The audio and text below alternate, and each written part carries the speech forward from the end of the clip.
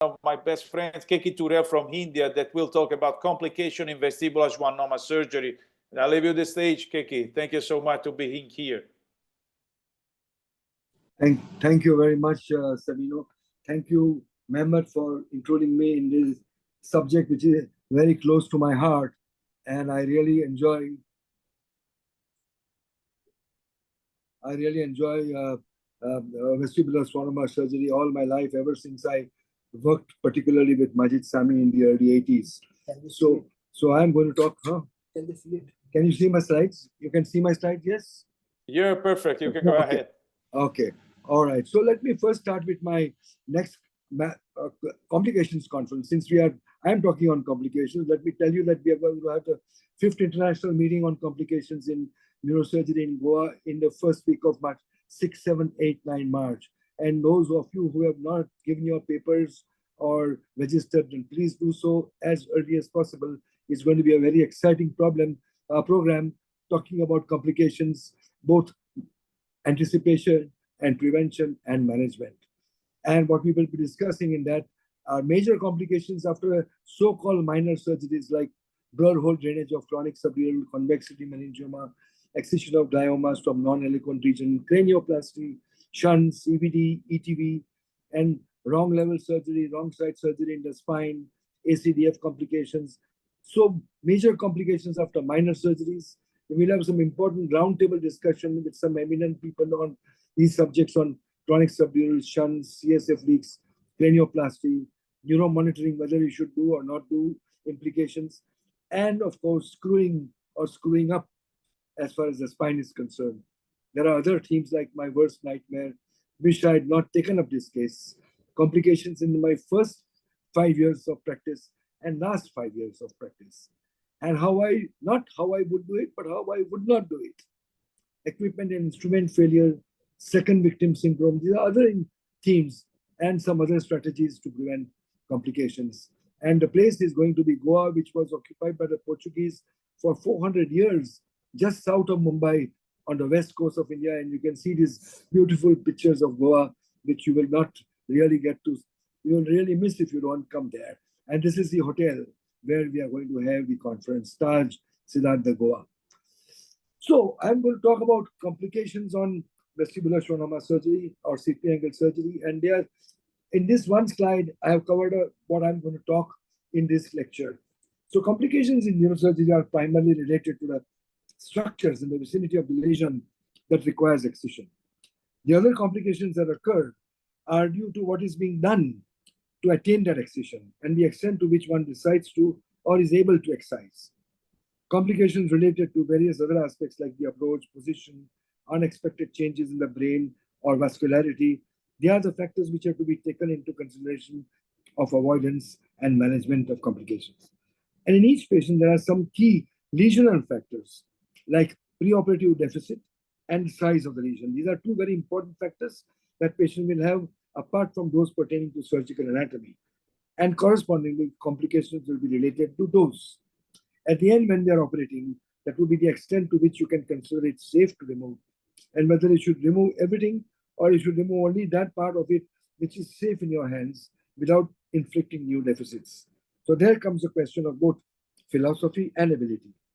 Both have to be merged. If you have the philosophy that acoustic neuroma is a benign tumor and must be removed completely to give a cure, then you must have the ability to do it. And the tumor must also be favorable to attain that goal. So there is the surgeon factor and the tumor factor. And that is the way we are going to look at complications, avoidance and management. And I'm going to cover all those things as quickly as possible. I may probably exceed a little bit of my time, but please pardon me for that. So vestibular schwannomas are benign tumors in a malignant location, and being benign, it is incumbent upon us to excise it completely and cure the patient. There have been progressive innovations, microsurgery, monitoring, and intensive care and radiosurgery. So I will first talk about tumor factors like size, morphology, vascularity, and then the deficits that it's caused. So for surgical factors of morphology are size, consistency, whether it is solid or cystic. If it is solid, is it soft or firm? Everything decides, and adhesions of the tumor to the neighboring arachnoid or to the brainstem or to the nerves. Then comes the question of tumor vascularity, and the arachnoid plane. We must understand that removal of vestibular schwannoma of any size is considered one of the most difficult neurosurgical operations, and giant schwannomas pose gigantic problems. So when we see a size of the tumor, when we say from 1 to 2 centimeters to 3 to 4, it's not just increase of 1 centimeter. For example, when it becomes 2 centimeters, it is 8 centimeter cube. When it is 3 centimeters, it is 27 centimeter cube. That means it's 3.5 times more. When it is 4 centimeters, it is 8 times more. And when it's a 5 centimeter, it's 15 times bigger. So there are 15 small tumors which make up this 5 centimeter. So with increase in size, the impact on the patient's health increases significantly. Let me give you an example of this patient. For example, this is the large tumor. This was a dancer girl, very good model dancer. And until the time that she had the tumor, she was not really having any imbalance or any problem. And then she came to me when she started missing her dance steps. And this is the size. And then we operated on her. And when I operated, I managed to remove, excepting for a small sliver of tumor, I managed to remove the tumor completely. So, and this is her, what's happening? It's not the video. Oh, the video is not opening.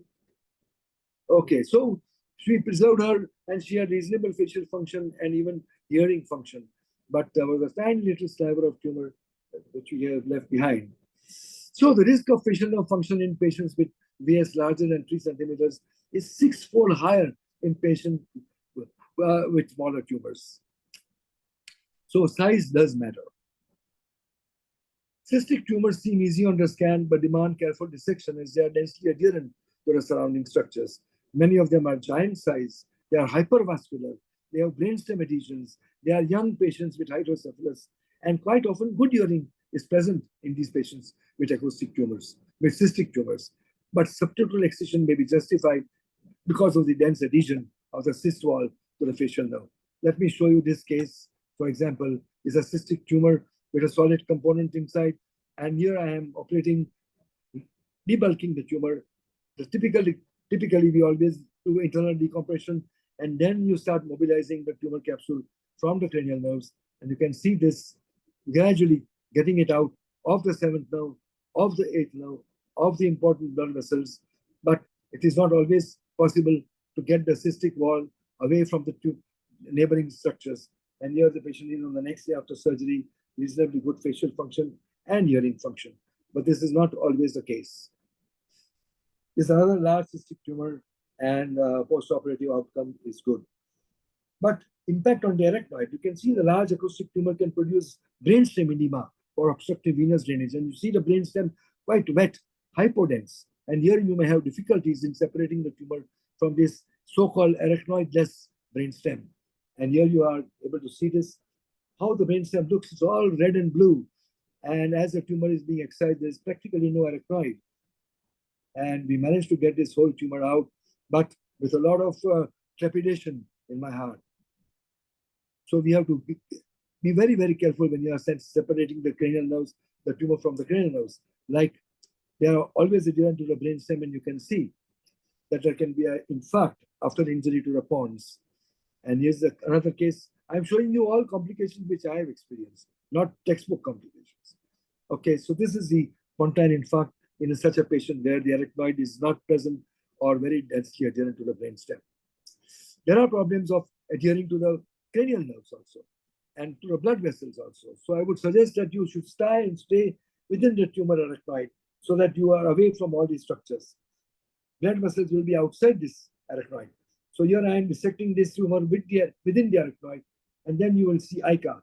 It's not frequent that you see ICA during vestibular schwannoma surgery, but here you are seeing the ICA is densely adherent, and then it supplies blood vessels to the tumor. But not everything that you see is supplying the tumor.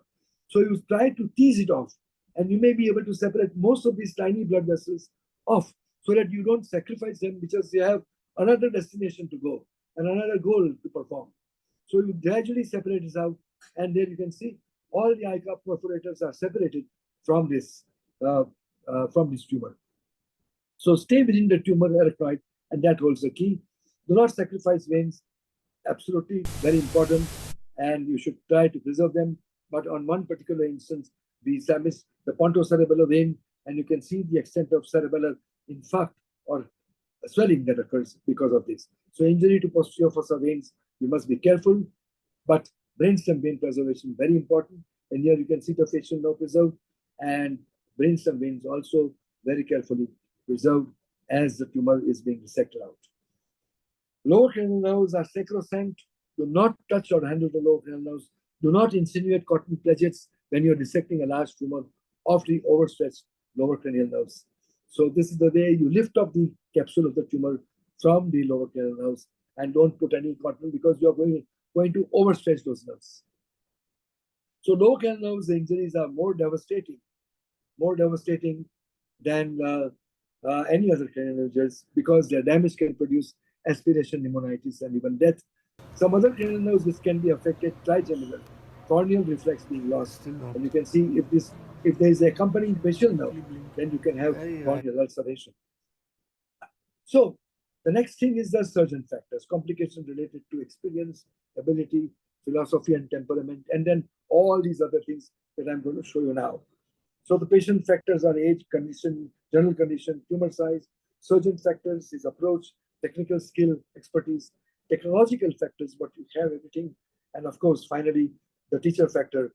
And I was extremely fortunate to work with Majid Sami in the early 80s, and we still maintain our close friendship after 40 years of our friendship. So this was my visit to Hanover in 83. And then 40 years later, I again visited with another chairman in the same place, the same wall behind. So let's go back to the principal governing factors: preoperative deficits, symptoms present at initial evaluation, and tumor size. Of course, one of the tumor matters the outcome. There are also and these are the predictors of severe post-op complications, by post-operative deficit and large tumor size. Surgical outcome is also directly related or proportionate to the pre-op status, cranial neuropathy, brainstem compression, hydrocephalus, tonsillar herniation. These are all factors which can affect the outcome. So you have three types of tumors. You have a very large tumor, you have a moderate, where life is at stake, where you have a moderate size tumor, where function is at stake, and where you have a very small tumor, where hearing and facial nerve are at stake. So no mortality, no complete tumor excision, no recurrence, preservation of face, preservation of hearing, no neurological morbidity, all cranial nerves preserved, and no morbidity. These are the surgical aims. And this is what we should strive for in every case, whether it is a small tumor, medium tumor, or large tumor, or giant tumor. So complete removal of a large vestibular schwannoma with total preservation of facial nerve and hearing, if it is still preserved pre-op, is one of the most difficult tasks, but therefore satisfying undertaking by a neurosurgeon. So the goal is, but is this goal always achievable? Total removal is ideal, but occasionally liable to result in facial palsy of various grades. And what more? You must have a 3-Tesla MRI, tractography to tell you where the cranial nerves are displaced, 3D in vivo modeling, 3D simulation, neuronavigation, and intraoperative nerve integrity monitoring, and if possible, intraoperative CT or MRI. PTI has been now very good use for predicting the facial nerve position. In 91%, it is matching your operative findings. And so here you can see typically the facial nerve being preserved, being directed anterosuperiorly. So microsurgery, like Kus said, bank robber method. Get in, do a perfect job, get it all out, total tumor removal, and get out with a perfect closure. That should be the aim of this surgery. And this could mandate the routine use of DTI tractography and use. So positioning, semi-sitting position, which is what I learned when I was in Hanover, and he still practices the same position. Then there is a half and half method, which gives you both a park bench system and a elevation of the head end, or simply supine head turn or lateral park bench. There are advantages and disadvantages of semi-sitting position, as you can see over here. Two-hand dissection, minimum or no coagulation, but there's the disadvantage of air embolism. And therefore, you have to avoid by keeping the feet above the neck and so on. I will not go deeper into that, but it's a real complication in sitting position. And therefore, you should avoid hypotension. You have an anesthesia protocol with a transesophageal Doppler, and the avoidance of air embolism. What the neuroanesthetist should do is aspirate the air in case of air embolism through the tip of the circular or through the venous line. And the role of the neurosurgeon is preoperative and post-intraoperative management. And you should also look at these cervical spine and also look at the CT scan for high located jugular bulb. So this is the scan to show how the pneumatization of the mastoid, their CSF leaks can occur, high incidence of jugular bulb, which is what you can see over here.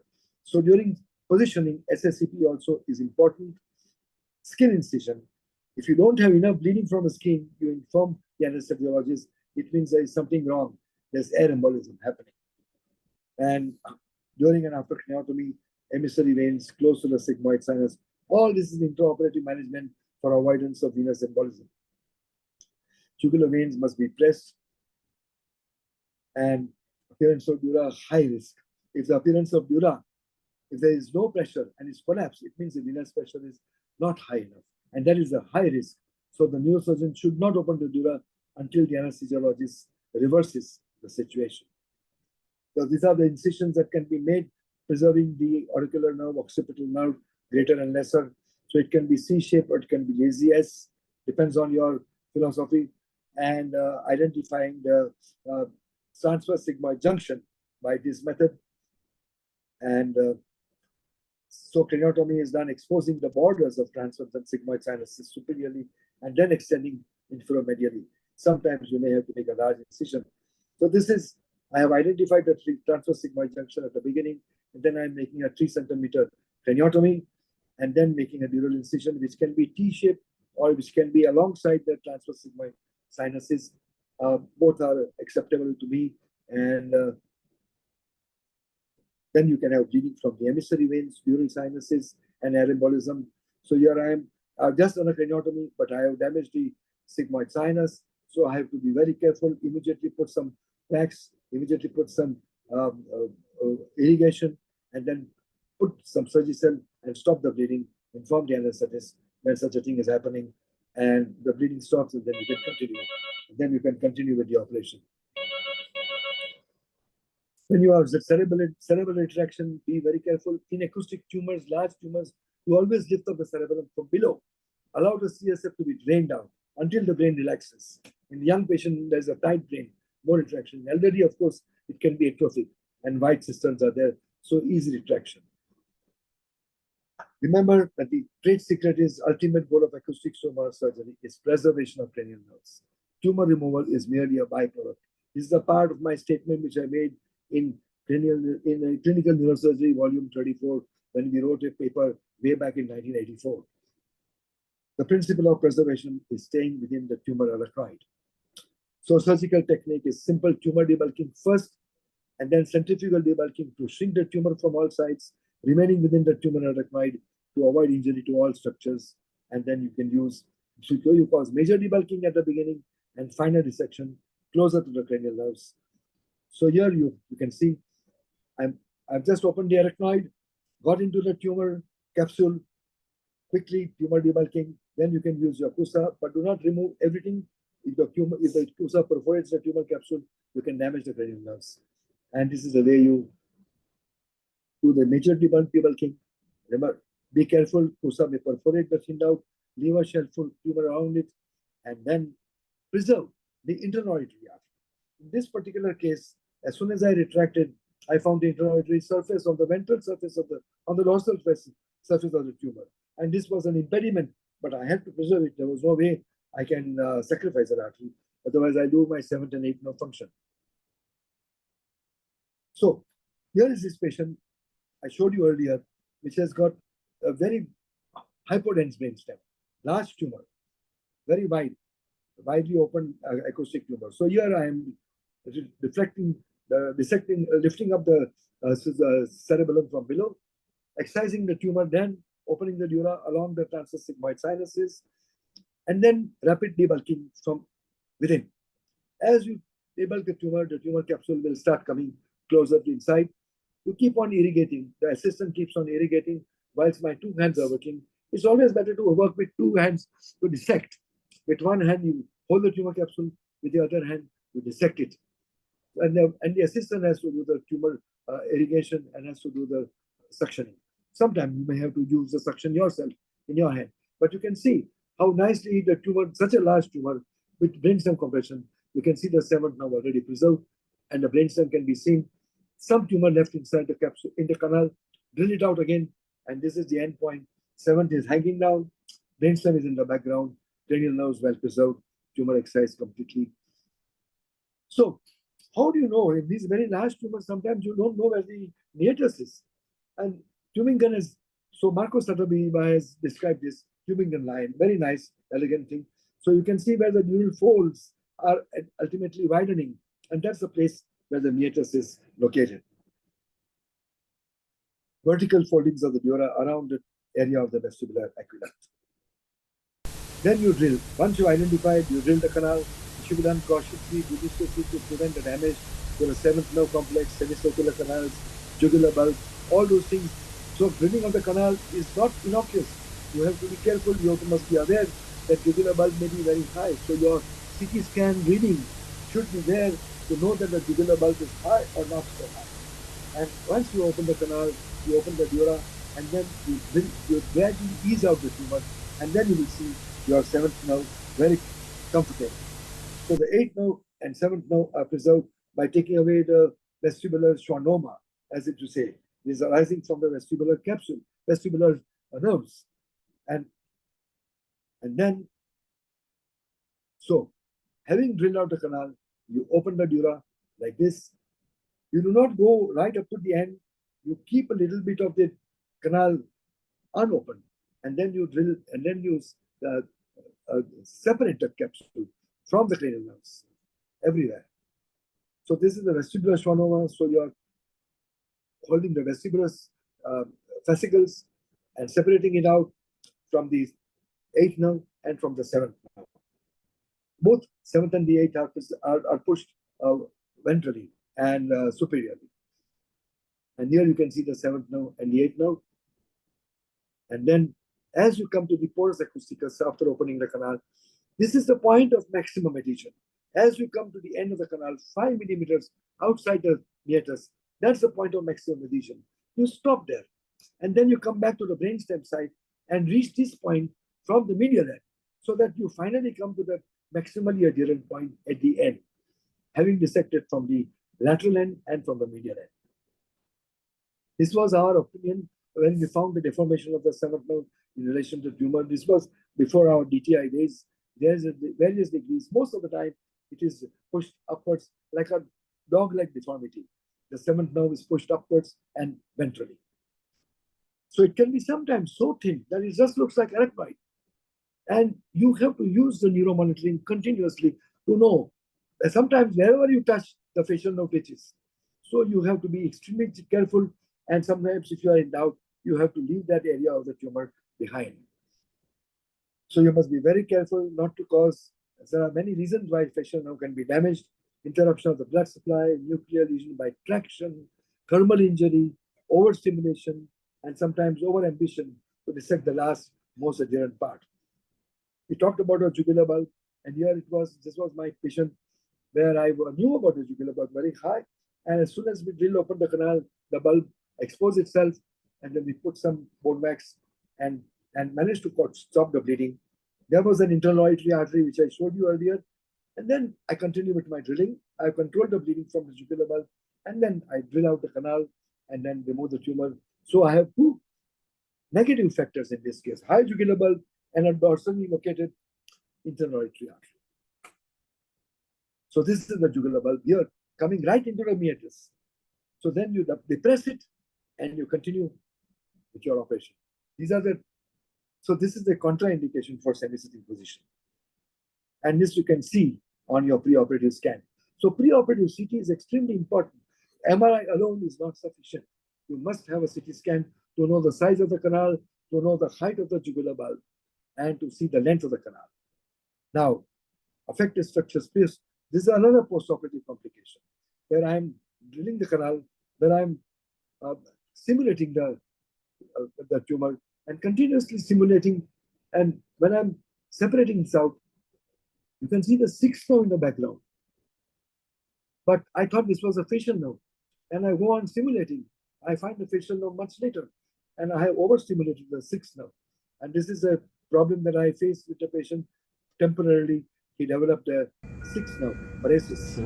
He had a facial nerve preservation, but the sixth nerve was there. So this is the abnormal, very unusual complication, but he recovered because it was only overstimulation. So neuromonitoring is extremely important throughout the procedure, and there is no... It's a response from all three muscles, sir. A lot of advantage in so navigation, neuromonitoring, and then you can use fluorescein sodium to also identify. Sometimes a tumor looks very similar to the cerebellum or to the brainstem, and sometimes you want to know whether you've removed it completely or not. So then small residual tumors can be seen with the fluorescein. So fluorescein is useful. Now the important question of extent removal. Now, the most important discussion is on facial nerve. So let's face it, face is your identity.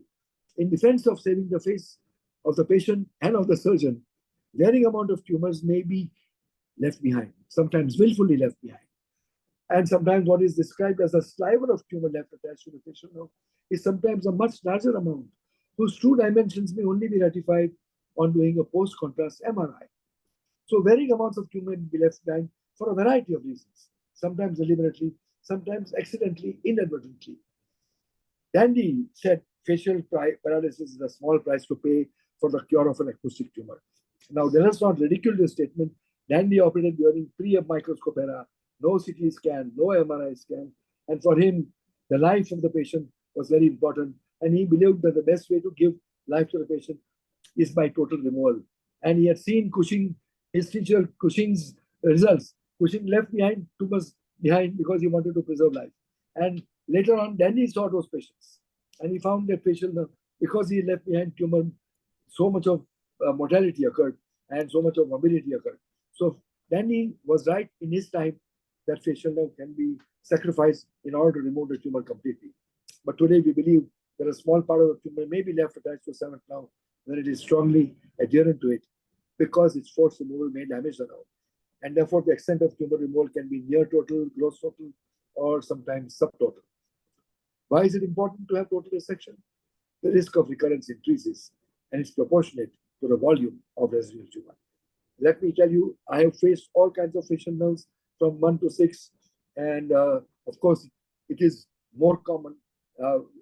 Facial nerve 1 and 2, it is very less common. 3rd, 4th grade or 6th grade, very uncommon, but it has happened, and it is psychologically devastating.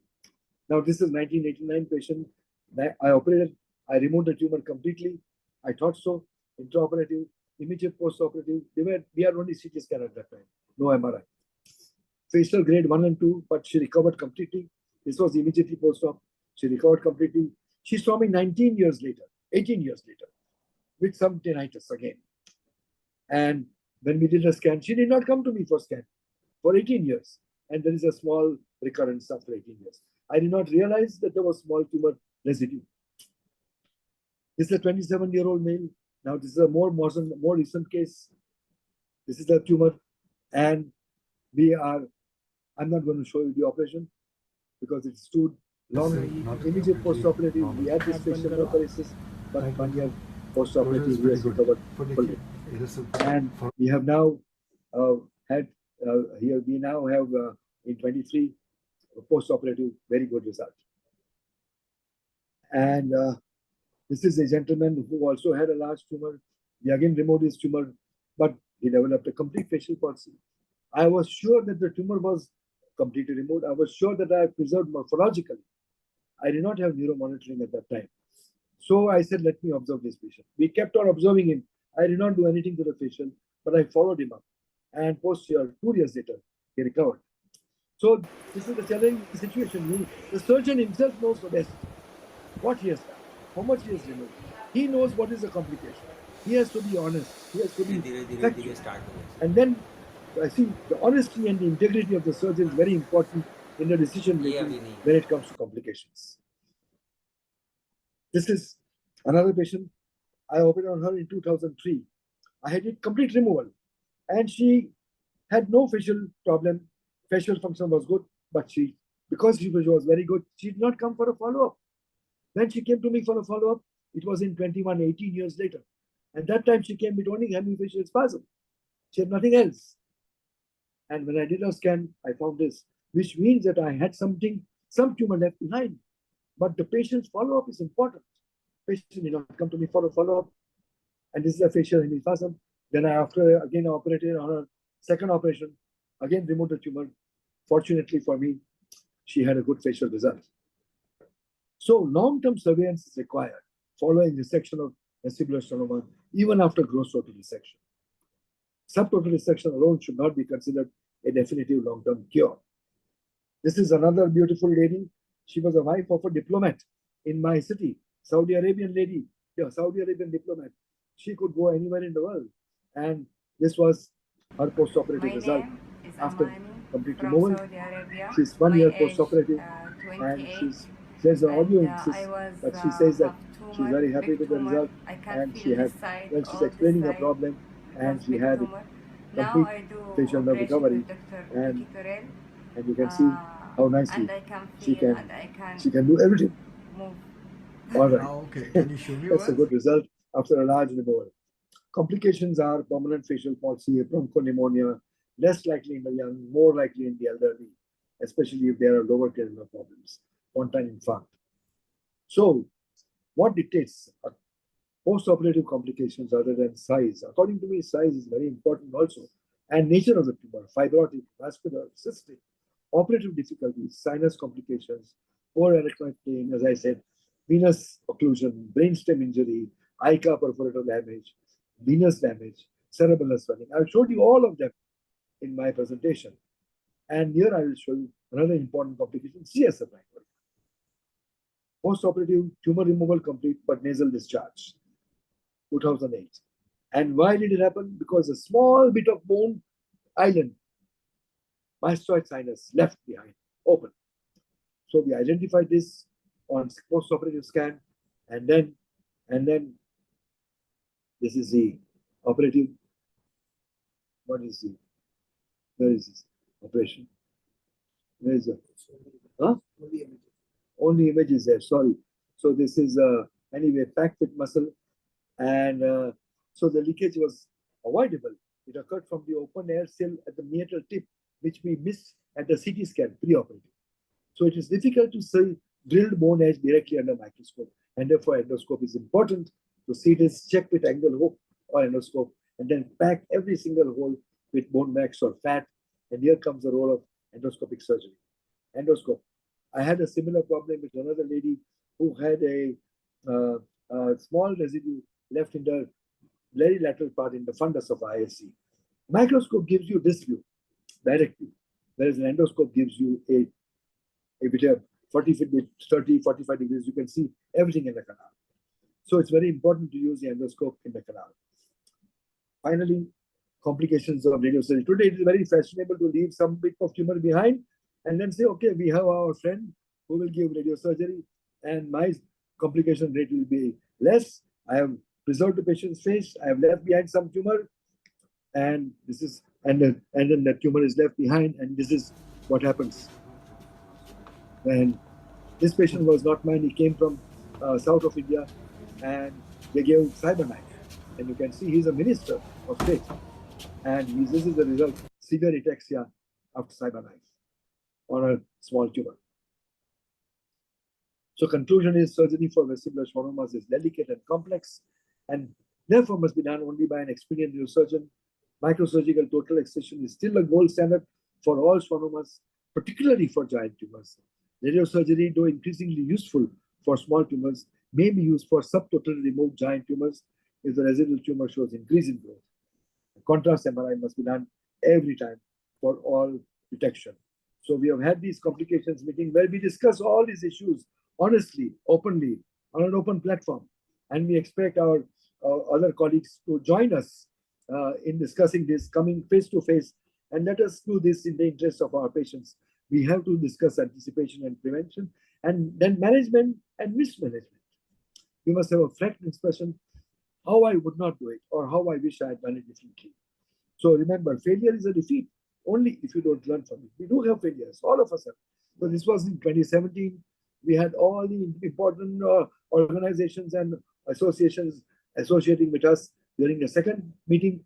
By this time, complications meetings have become very popular every 2 years, but we used to have every 2 months a webinar. And this was the third ICCN. We had a huge webinar during the COVID time, which was attended by 12,000 neurosurgeons across the world, around 39 hours of discussion. And then we had the last year, we had fourth ICCN in 24, 23, and now we are embarking within 8 weeks of today, we will be having the fifth ICCN. Please join us and share with us your problems, and we would like to learn from each and every person. We had an interim meeting in China 2 months ago in August, and we have already published the first book, Complications in Neurosurgery, which is out in the stands, and the second book is already ready, which will be distributed now during the fifth ICCN. We will be distributing this book to all our delegates. Hopefully, it will be in the stands. Thank you very much for your kind consideration. I'm sorry for exceeding my time, but you know, this is a complication of talking on complications. Thank you so much. Thank you so much, Keki, and thank you so much to all the participants. We are very, very late, and we apologize for this delay. Thank you. So we have no time now for questions. I'm really sorry, but stay tuned, all of you, because the next session, it will be about cervical disc disease, arthroplasty versus fusion, and Professor Zileli will be here. Thank you so much. Thank you. Thank you. All the speakers. Thank you. Yeah. Bye. Thank you. Thank you. Thanks all the speakers and also the participants for the wonderful symposium.